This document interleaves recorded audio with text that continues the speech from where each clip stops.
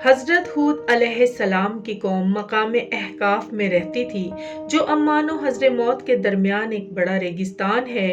انہیں قوم عاد بھی کہا جاتا ہے۔ ان کے مورث اعلیٰ کا نام عاد بن اوس بن ارم بن سام بن نوح ہے۔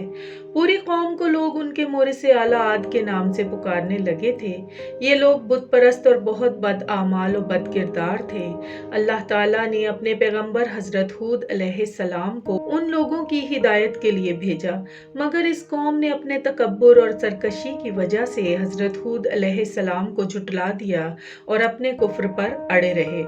حضرت ہود علیہ السلام بار بار ان سرکشوں کو عذاب الہی سے ڈراتے رہے، مگر اس شریر قوم نے نہایت ہی بے باکی اور گستاخی کے ساتھ اپنے نبی سے یہ کہہ دیا۔ سورہ الاعراف رکو 9 پارہ 8۔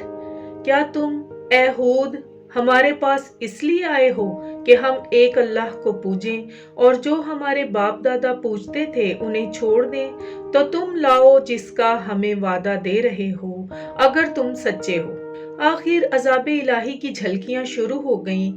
3 سال تک بارش ہی نہیں ہوئی اور ہر طرف قحط و خشک سالی کا دورہ ہو گیا، یہاں تک کہ لوگ اناج کے دانے دانے کو ترس گئے۔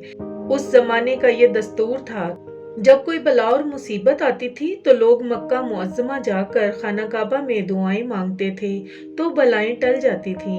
چنانچہ ایک جماعت مکہ معظمہ گئی۔ اس جماعت میں مرثد بن سعد نامی ایک شخص بھی تھا جو مومن تھا، مگر اپنے ایمان کو قوم سے چھپائے ہوئے تھا۔ جب ان لوگوں نے کعبہ معظمہ میں دعا مانگنی شروع کی تو مرثد بن سعد کا ایمانی جذبہ بیدار ہو گیا اور اس نے تڑپ کر کہا کہ اے میری قوم، تم لاکھ دعائیں مانگو مگر خدا کی قسم اس وقت تک پانی نہیں برسے گا جب تک تم لوگ اپنے نبی حضرت ہود علیہ السلام پر ایمان نہ لاؤ گے۔ حضرت مرثد بن سعد نے جب اپنے ایمان کا اظہار کر دیا تو قوم عاد کے شریروں نے ان کو مار پیٹ کر الگ کر دیا اور دعائیں مانگنے لگے۔ اس وقت اللہ تعالیٰ نے 3 بدلیاں بھیجی، ایک سفید، ایک سرخ اور سیاہ، اور آسمان سے ایک آواز آئی کہ اے قوم عاد، تم لوگ اپنی قوم کے لیے ان 3 بدلیوں میں سے ایک بدلی کو پسند کر لو۔ ان لوگوں نے کالی بدلی کو پسند کر لیا اور یہ لوگ اسی خیال میں مگن تھے کہ کالی بدلی خوب زیادہ بارش دے گی، لہٰذا وہ ابر سیاہ قوم عاد کی آبادیوں کی طرف چل پڑا۔ قوم عاد کے لوگ کالی بدلی کو دیکھ کر بہت خوش ہوئے۔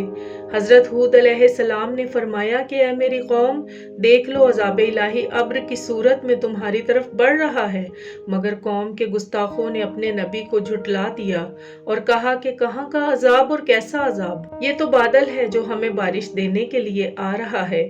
یہ بادل پچھم کی طرف سے آبادیوں کی طرف برابر بڑھتا رہا اور ایک دم اس میں سے ایک آندھی آئی جو اتنی شدید تھی کہ اونٹوں کو ان کے سواروں کے ساتھ کہیں سے کہیں پھینک دیتی تھی، پھر اتنی زوردار ہو گئی کہ درختوں کو جڑوں سے اکھاڑ کر اڑا کر لے جانے لگی۔ یہ دیکھ کر قوم عاد کے لوگوں نے اپنے سنگین محلوں میں داخل ہو کر دروازوں کو بند کر لیا، مگر آندھی کے جھونکے نہ صرف دروازوں کو اکھاڑ کے لے گئے بلکہ پوری عمارتوں کو جھنجھوڑ کر ان کی اینٹ سے اینٹ بجا دی۔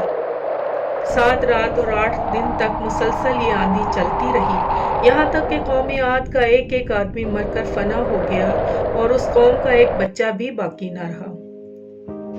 جب آندھی ختم ہوئی تو اس قوم کی لاشیں زمین پر اس طرح پڑی ہوئی تھیں جس طرح کھجوروں کے درخت اکھڑ کر زمین پر پڑے ہوں۔ ارشاد ربانی ہے، اور رہے عاد تو وہ ہلاک ہو گئے۔ نہایت سخت گرجتی آندھی سے وہ ان پر قوت سے لگا دی گئی۔ 7 راتیں اور 8 دن لگاتار تو ان لوگوں کو بچھڑے ہوئے دیکھو، گویا وہ کھجور کے درخت ہیں گرے ہوئے، تو تم ان میں سے کسی کو بچا ہوا دیکھ رہے ہو؟ پھر قدرت خداوندی سے کالے رنگ کے پرندوں کا ایک غول نمودار ہوا جنہوں نے ان کی لاشوں کو اٹھا کر سمندر میں پھینک دیا، اور حضرت ہود علیہ السلام نے اس بستی کو چھوڑ دیا اور چند مومنین کو جو ایمان لائے تھے ساتھ لے کر مکہ مکرمہ چلے گئے اور آخری زندگی تک بیت اللہ شریف میں عبادت کرتے رہے۔